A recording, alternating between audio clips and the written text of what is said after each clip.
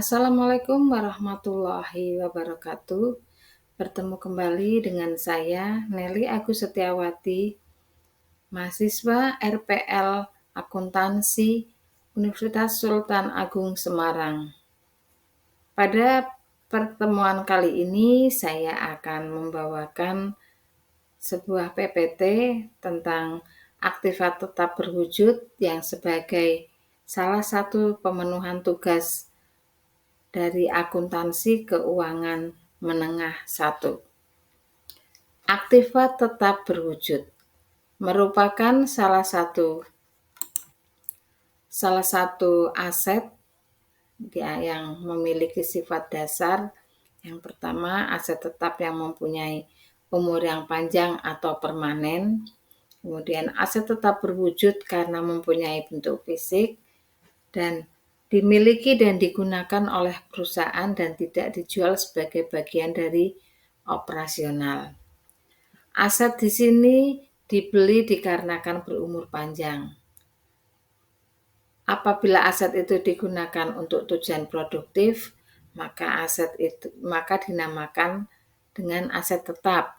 Sedangkan apabila aset itu digunakan tidak untuk tujuan produktif, dinamakan dengan investasi. Harga perolehan aset tetap. Harga perolehan aset tetap adalah semua pengeluaran yang terjadi sejak pembelian sampai dengan aktifat itu siap dipakai. Sebagai contoh untuk yang pertama tentang tanah. Tanah di sini harga perolehannya didapat dari harga beli ditambah komisi pembelian, ditambah biaya baik nama, ditambah biaya perataan, dan biaya lain sebelum tanah itu siap untuk difungsikan. Demikian juga dengan bangunan. Bangunan diperoleh dari harga beli ditambah biaya perbaikan sebelum dipakai, ditambah biaya izin bangunan, ditambah biaya asuransi selama pembangunan, dan seluruh biaya yang timbul sebelum gedung itu digunakan. Untuk mesin dan alat-alat berat lainnya, harga perolehan juga diperoleh dari harga beli ditambah pajak pembelian, ditambah biaya angkut, ditambah biaya asuransi selama perjalanan, ditambah biaya pemasangan, ditambah biaya percobaan, ditambah biaya lain-lain yang timbul sebelum digunakan. Demikian juga untuk aset tetap lainnya. Aset aktifat tetap dapat diperoleh perusahaan dengan berbagai cara. Di antara cara-cara tersebut yang lazim terjadi adalah dari pembelian tunai atau purchase, kemudian pembelian secara gabungan atau lump sum purchase, kemudian pembelian angsuran installment purchase, dan pertukaran atau trade-in, kemudian penerbitan saham perusahaan sendiri, dan juga dari pemberian atau donasi. Depresiasi adalah alokasi harga perolehan pada masa yang memperoleh manfaat. Faktor-faktor yang dalam menghitung depresiasi diantaranya adalah harga perolehan, umur ekonomis, dan nilai residu. Metode penghitungan dari depresiasi ini adalah yang menggunakan metode garis lurus, metode saldo menurun, metode unit produksi, dan metode jumlah angka tahun. Untuk yang pertama, saya akan menjelaskan tentang metode penyusutan aktiva.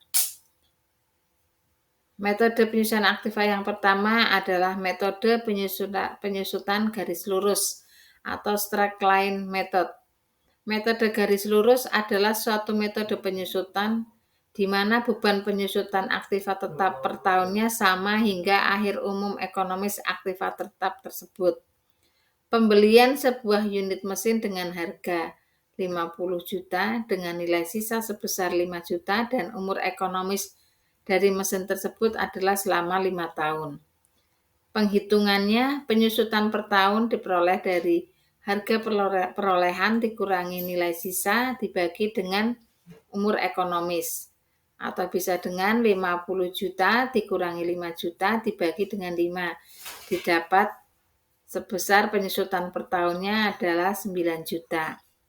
Jumlah penyusutan dan akumulasi penyusutan mesin disusun dalam bentuk tabel tergambar seperti pada di layar. Bisa dilihat ada mulai akhir tahun pertama sampai dengan kelima, biaya penyusutannya garis lurus sebesar 9 juta menurun, kemudian akumulasi penyusutannya itu ditambahkan per tahunnya hingga dari nilai bukunya itu dari nilai buku tahun pertama dikurangi dengan penyusutannya. Kemudian yang kedua, metode saldo menurun ganda atau double declining balance method. Beban penyusutan yang terjadi setiap tahun pada sebuah aktiva akan dihitung berdasarkan persentase depresiasi metode garis lurus. Selanjutnya persentase ini akan dikalikan 2 dan setiap tahunnya akan dikalikan dengan nilai buku aktiva tetap. Pada tabel sudah bisa dilihat beban penyusutan yang terjadi dari tahun pertama sampai dengan tahun kelima, harga perolehan, tarifnya 40%, kemudian nilai buku awal tahun, ada beban penyusutan, ada akumulasi penyusutan, dan yang terakhir nilai buku akhir tahun. Hingga tahun kelima, beban penyusutannya bisa dihitung dengan nilai buku akhir tahun keempat dikurangi nilai sisa, di mana nilai buku akhir tahun keempat sebesar Rp2.851.200 dikurangi dengan nilai sisa buku akhir tahun kelima sebesar 1 juta hingga diperoleh beban penyusutannya senilai Rp1.851.200. Kemudian yang ketiga, metode jumlah angka tahun atau sum of the year digit method. Metode ini dilakukan dengan cara menjumlahkan angka-angka dari transaksi umur ekonomi suatu barang, kemudian perhitungan penyusutan dimulai dari umur aktiva yang terkait yang selanjutnya menurun secara berurutan. Bisa dilihat di layar ada rumusnya hingga perhitungan biaya penyusutannya yang dapat diikhtisarkan ke dalam daftar untuk yang pada akhir tahun pertama sampai dengan tahun kelima, biaya penyusutannya, akumulasi penyusutan dan nilai buku hingga didapatkan nilai buku di tahun kelima sebesar 5 juta.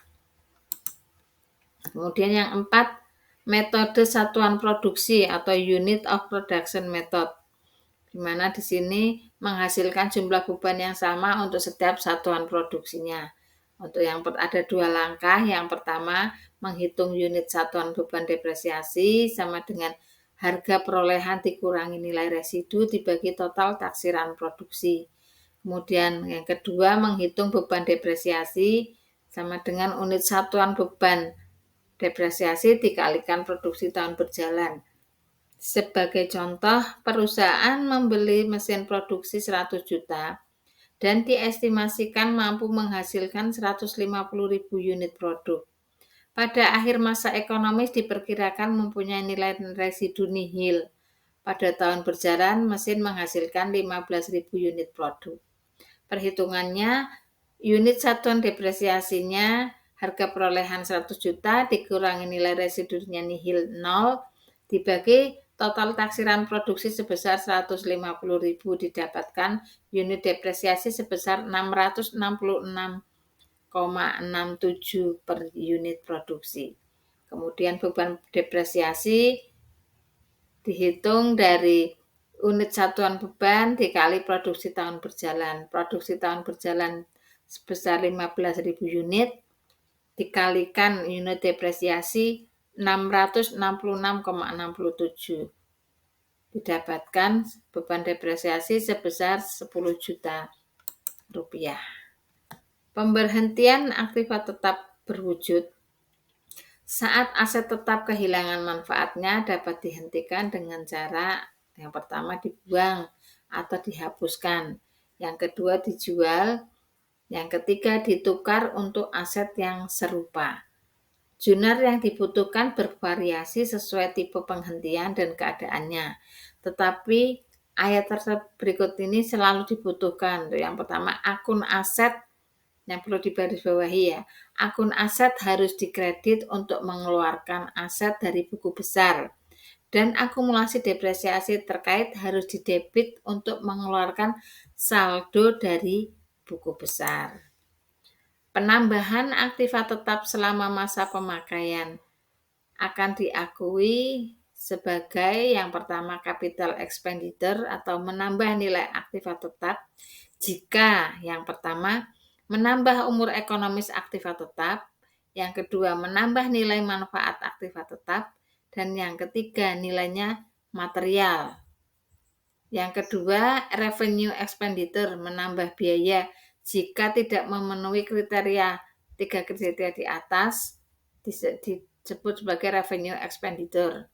Sebagai contoh, sebuah kendaraan dengan harga perolehan sebesar 200 juta dengan akumulasi depresiasi sebesar 100 juta mengalami kerusakan dan diperbaiki dengan biaya sebesar 20 juta.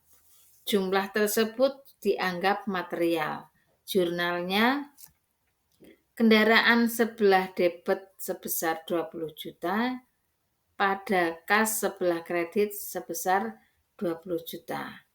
Jika karena perbaikan tersebut umur ekonomis kendaraan bertambah, maka jurnalnya akumulasi depresi kendaraan sebelah debit sebesar 20 juta pada kas sebelah kredit sebesar 20 juta. Perubahan umur ekonomis akan berdampak pada perhitungan biaya depresiasi. Perhitungan biaya depresiasi yang berubah bisa dilakukan untuk seluruh umur ekonomis dan periode yang belum dilalui saja. Sebagai contoh, kendaraan dengan harga perolehan 200 juta memiliki umur ekonomi selama 8 tahun dengan taksiran nilai sisa sebesar 20 juta. Pada akhir tahun ke-6 mengalami kerusakan dan diperbaiki dengan biaya sebesar 15 juta. Akibat perbaikan ini, umur ekonomis mesin bertambah 1 tahun. Metode depresiasi garis lurus. Depresiasi sebelum perbaikan tidak direvisi. Perhitungannya, untuk akumulasi depresiasi sebelum perbaikan didapatkan 6/8 dikali 200 juta dikurangi 20 juta. Dapatkan akumulasi depresiasi sebelum perbaikan sebesar 135 juta. Kemudian nilai buku sebelum perbaikan diperoleh dari 200 juta dikurangi 135 juta didapatkan 65 juta. Kemudian biaya perbaikan sebesar 15 juta, nilai buku setelah perbaikan didapatkan senilai 80 juta. Umur ekonomis setelah perbaikan 2 plus 1 tahun jadi 3 tahun. Kemudian depresiasi per tahun setelah perbaikan didapatkan dari 80 juta dikurangi 20 juta dibagi 3 didapatkan angka 20 juta. Bila depresiasi sebelum perbaikan direvisi, harga perolehan awal 200 juta ditambahkan biaya perbaikan 15 juta, jumlahnya 215 juta, kemudian jumlah umur ekonomis bertambah jadi 9 tahun, depresiasi per tahun sama dengan 215 juta dikurangi 20 juta dibagi dengan 9 tahun didapatkan 21.666.666,67 rupiah. Kemudian nilai buku sebelum perbaikan 200 juta dikurangi 135 didapatkan angka 65 juta. Nilai buku setelah perbaikan dan depresiasi direvisi, akumulasi depresiasi akhir tahun ke-6, 6 kali 21 juta 666.666,67 rupiah didapatkan akumulasi depresiasi akhir tahun ke-6 sebesar 130 juta. Kemudian total harga perolehan setelah direvisi sebesar 215 juta dikurangkan dengan akumulasi depresiasi sebesar 130 juta didapatkan nilai buku setelah direvisi senilai 85 juta. Kemudian ada kenaikan nilai buku dari 85 juta ke 65 juta didapatkan kenaikan nilai buku sebesar 20 juta. Jurnal untuk mencatat kenaikan nilai buku ini adalah akumulasi depresiasi kendaraan sebelah debit sebesar 20 juta, pada laba ditahan sebelah kredit sebesar 20 juta. Demikian penjelasan dari saya tentang Aktiva Tetap Berwujud. Semoga bermanfaat bagi kita semua, terutamanya bagi saya sendiri. Terima kasih, saya akhiri. Wabillahi taufiq wal hidayah. Wassalamualaikum warahmatullahi wabarakatuh.